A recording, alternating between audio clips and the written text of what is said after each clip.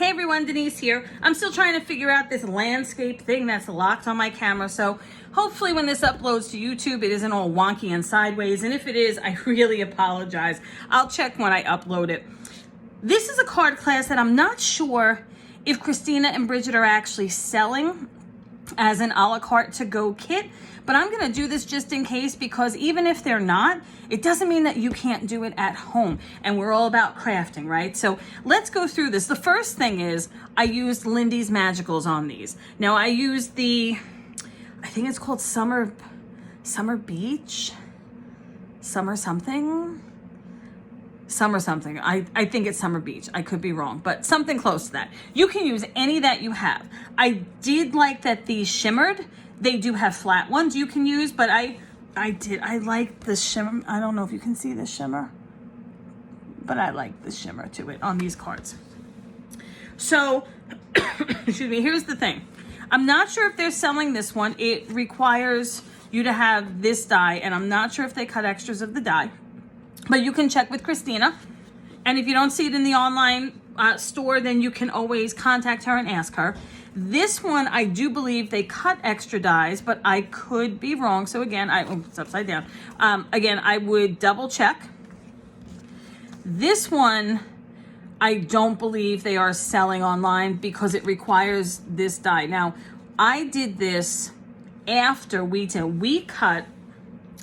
should say, used the Lindys Magicals, and we covered a 12 by 12 piece of watercolor paper. So we had a piece, I think it was like 12 by 18. We cut it down. I think we actually found then a 12 by 12 pad, and you can check with Christina. They may have them at the store, but we found a 12 by 12 pad, and that's what we used because I wanted my cards to be the same. And if I did 3 different pieces, it would not be consistent or the same at all. And I think that you can see that while these are different, there is a continuity to the colors. And that's what I wanted. I wanted them to be like the same so that it came from, say, the same kit. So we colored the whole paper first, dried it, redid it, added more, dried it again, and then we used the dies to cut it out. Now, I will warn you that it does take a little longer with the dies because the paper is still not wet, because you can't run it through wet, but it did take its toll on the dies a little bit. So just be mindful of that. You may want to wait. When I did these samples, I had actually colored this sheet of paper. I did these in, I'm going to say March, and I had actually colored the paper last August.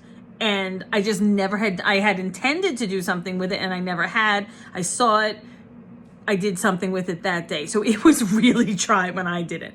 So that's kind of the key to this as well with your dies. Now, you are not going to have the dies that we used. So if you're doing this at home with your own dies, that's a little tip for you. If you're buying the kit that has the die pre-cut, and I thought I had one of these little ones around. Yep, I do. Then what you're going to do is just a little bit different. Now you're going to take all of your pieces. If the kit came with a die, move that out of the way. That was from 2 videos ago. You're going to pop your white piece the right side up. Now by right side, I mean if you look at your cuts, you can see which is kind of the not great side and the nicer side. You can usually feel the rougher side is not the side you want. The smoother side is, and you can see it when you look at them in person. You know that if you're a die cutter. So you're going to sprinkle your Lindys, and you're going to activate them with the water. Or you're going to make little piles of like watercolor with the Lindys for yourself, just small piles, and then with a brush, you're gonna dab color on. Or, which may work better for this kind of thing, you're going to put your Lindys down as if it were a piece of paper. You're going to spray your water to activate them, and then you're gonna smoosh. You're gonna take this, pat it, move it, diagonal, and we have videos on smooshing. So you would do that, except not with the ink, do it with the Lindys, again, on a non-porous craft mat. And you can do that with each of the pieces that you cut, whether they're ours that came with it or your own that you're providing. That will get this here. Dry it in between. You're missing some here, just like smooshing. Go back in.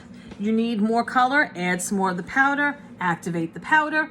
If you want to wipe off and start again, go ahead. Remember about your colors though, you don't want to make mud. And if you want it to be consistent for the same thing, you want to make sure you have enough color down. Better you add more color than you need, and then you just make extra panels to save for later. Then you have to readjust, add more, and then the color is different throughout your card, and then you're not happy with it. So I would say smoosh. I would say do it that way. And then all you do with these, I'm gonna move this to the side again. All you do with these is you build them. This is just a slim line. Now you've got your pieces in there. This is the vellum flower pieces that you had, and I simply layered 3 on there and just put the pearl in the middle. I did not want a sentiment or anything else in here because I loved the colors, and I thought anything else would take away. I felt like it needed the flower, but I felt anything else would take away from it. When I did, put that away here. When I did this one, same thing. Now with this, what we did was we ran this die through. We did end up cutting our 12 by 12 sheet, and we cut it into, I want to say a 7-inch piece, so 7 by 12, and then 5 by 12, and then 5 by 7, which meant I was very careful with this because this is very close to 5 by 7. And then we used the rest for the slimline, that smaller piece, and then for this. Now, when I cut this piece out, I put the happy birthday dies in the middle because this die was cut out. I put them in the middle because this was gonna be scrap. That way I had the same thing, and that's how I got it to be consistent. So on this, I did 1, 2, 3, 4, 5, 6, 7 flowers. I layered 3, that's the big one. And then I layered 2 each for the smaller ones. And the corner cluster seems to be my thing. I can't break out of the corner cluster. But I didn't want leaves for this. You could add vellum leaves if you wanted to, but I just felt it was a little overkill, and I didn't want to take away from the Lindys. Now this one is a little bit different, and again, I'm not sure if there's a kit for this. We made a belly band out of vellum for this. So we did Enjoy, and again, I took the Enjoy out of one of the other like scrap pieces that I had when we were done with the slimline piece, that skinnier, whatever it was by 12. There's a white shadow. The Enjoy came from that. It was bland for me. So I did, again, 2 little clusters of 2 flowers each. This is a gatefold card.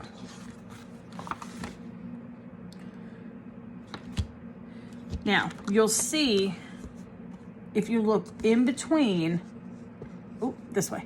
If you look in between, it doesn't meet. That's okay, because this does. The Lindys does, and you don't really notice it.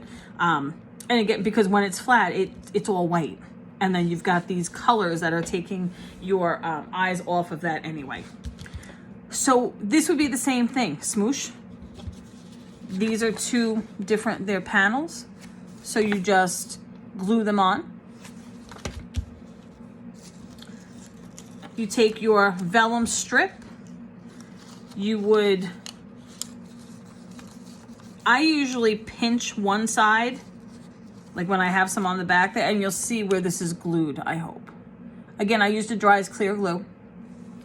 You pinch one side, you fold it around the other. You don't want it so loose that it just falls off, but you don't want it so tight that it has to rip, because you want it to be able to get on and off easily.